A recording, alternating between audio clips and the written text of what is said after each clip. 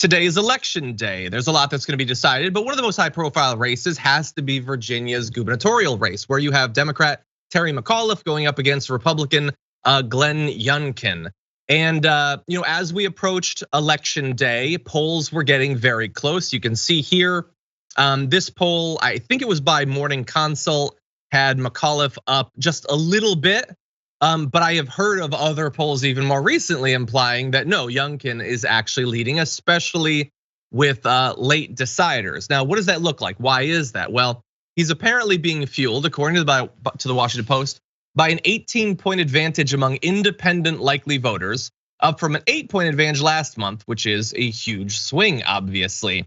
And you should know that although Virginia has been trending blue in the past decade or so, Youngkin has gained momentum in the past few weeks in advertisements and stump speeches about parental involvement in public schools.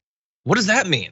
I mean, we care about education here, and there's a lot of problems with the American education system. I mean, clearly one of the biggest issues is that we don't pay teachers nearly enough to help recruit the best minds and keep them for a long time. Kids don't learn necessary skills like critical thinking, personal finance, things like that. So it's great that they're focusing on education, Nina Turner, except that of course they're not talking about any of that stuff. All this means is stop teaching critical race theory. And I will remind you, they're not. But anyway, Nina, this is what the election has become about. And it looks like it might deliver a Republican victory. Yeah, the Republicans, unfortunately, are masterful at seizing on to some issue that they make into that the sky is going to fall, the world is going to come to an end. They are very, very good at that. And the critical race theory is in this moment that thing. It'll be something else in 2022, but it's critical race theory right now. And John, as you laid out, parents, you have no fear. Critical race theory is something that is taught in college. It started off on the legal side, in law schools, and not just in general studies in college either. So don't you worry.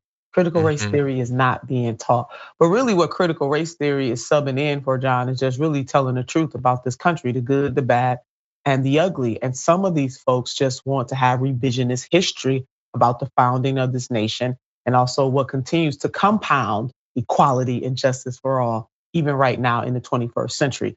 Those are two different things, and we need to have the courage as a country to talk about those things. And just whatever is a reality today in terms of the things that we need to change don't have to be the reality tomorrow if we get to work and make sure that we have equality and justice for all.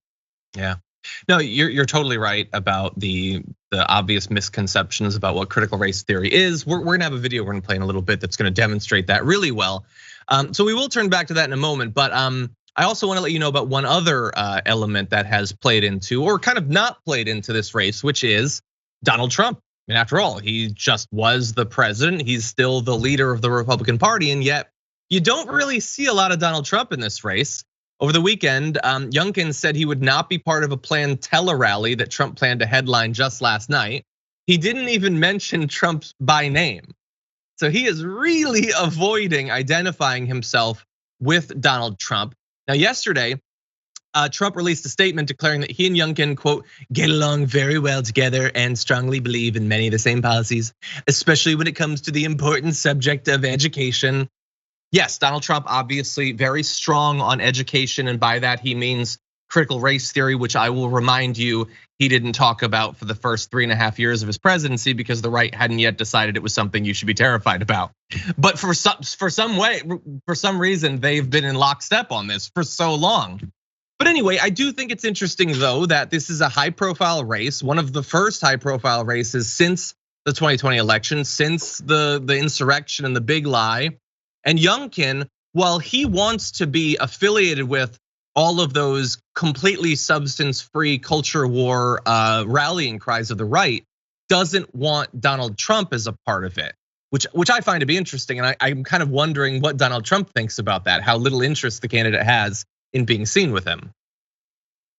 Well, Donald Trump is a secret love, make no mistake. So no matter if he's in the background, which clearly he is, this is just a strategy. I don't, knowing President Trump, former President Trump, it pains people to I mean, he was the president.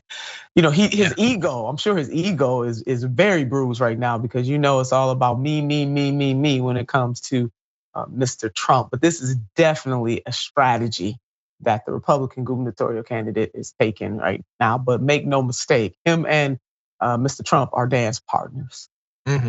Exactly. Yeah. Yeah. Just it's going to be interesting if Youngkin wins. Not that it matters, but Donald Trump is going to claim victory. He's going to say that. Of course he is. And honestly, maybe he did. I honestly don't know. Who the hell knows what these MAGA people are thinking about? If Youngkin loses, he's definitely going to say that he lost because he didn't embrace Donald Trump. It's just nothing is tied to anything real, and that's great.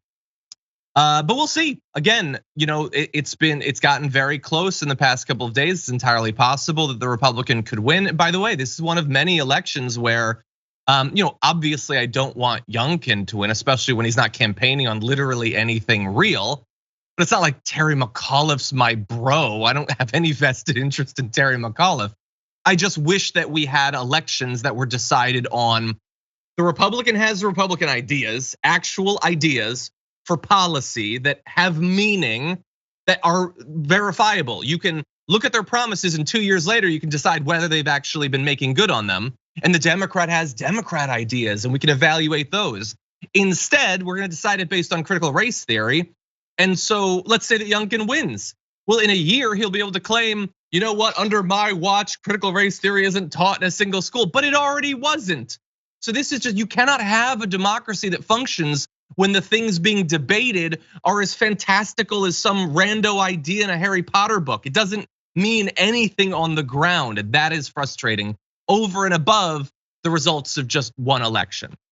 Any final thoughts? Yeah, no, I'm with you. I'm very frustrated as well. This is really a damn shame. And just how do we awaken the sleeping giants in this country? No matter how they identify politically, this makes no sense. You always have to vote for the lesser of the two evils. And even when you have a competition, you're not really debating the issues that will change material conditions for people in this state, Virginia, or even in this country for that matter. So the American people, Virginians included, they're Americans, duh. But the American people are just really being shortchanged, in my opinion. And this race is just yet one example. And, Jonathan Capehart wrote an article in the headlines. I have it in front of me right now. Opinion: Black people save the Republic by saving Virginia again.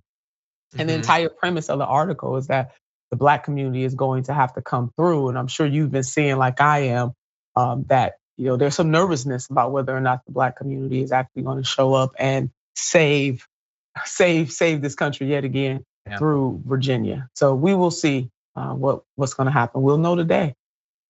Yeah, and by the way, think about how much easier, like it wouldn't have anything to do with Terry McAuliffe, but think about how much easier it would be for him to run if the Democrats had been delivering on their promises all year. Like I don't care about Terry McAuliffe, but it also is a pretty bad situation to be in where we gave the Democrats power. They're not doing anything with it.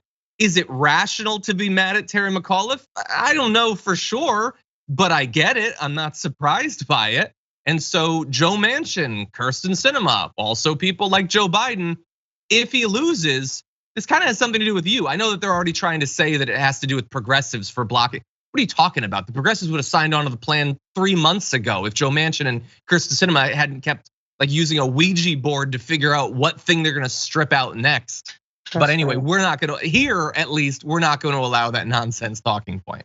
That's right. Okay. That's exactly right. Deliver for the American people, and then your candidates who are running as Democrats in the states will have something to say about what has been accomplished. And just one more point on this. I know we're wrapping this up, but how about the For the People Act? How about the John Lewis Voting Rights Act? I mean, you can't be out. I mean, how insane is it to beg people, please vote, please vote, please vote, yet on the national level, and you're right, should Terry McAuliffe necessarily be blamed for this? Not directly, but indirectly, yeah. Him and others who are running under the Democratic mantle who don't have the courage to stand up to this party. However, meanwhile, back in Washington, though, you don't pass the For the People Act. You can't get the John Lewis Voting Rights Act passed. You don't pass the George Floyd Policing Act. I mean, come on, really? So it is a rational decision, even if I don't necessarily agree with it, for people to stand up and say, I don't know, I don't think so. Exactly. Yeah. But do the student loan cancellation. Do something. Do some something. sign Yes. that you actually care.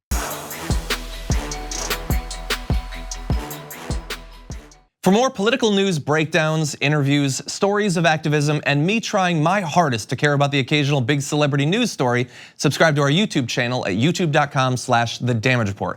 And you can ring the bell wherever it is so you don't miss anything.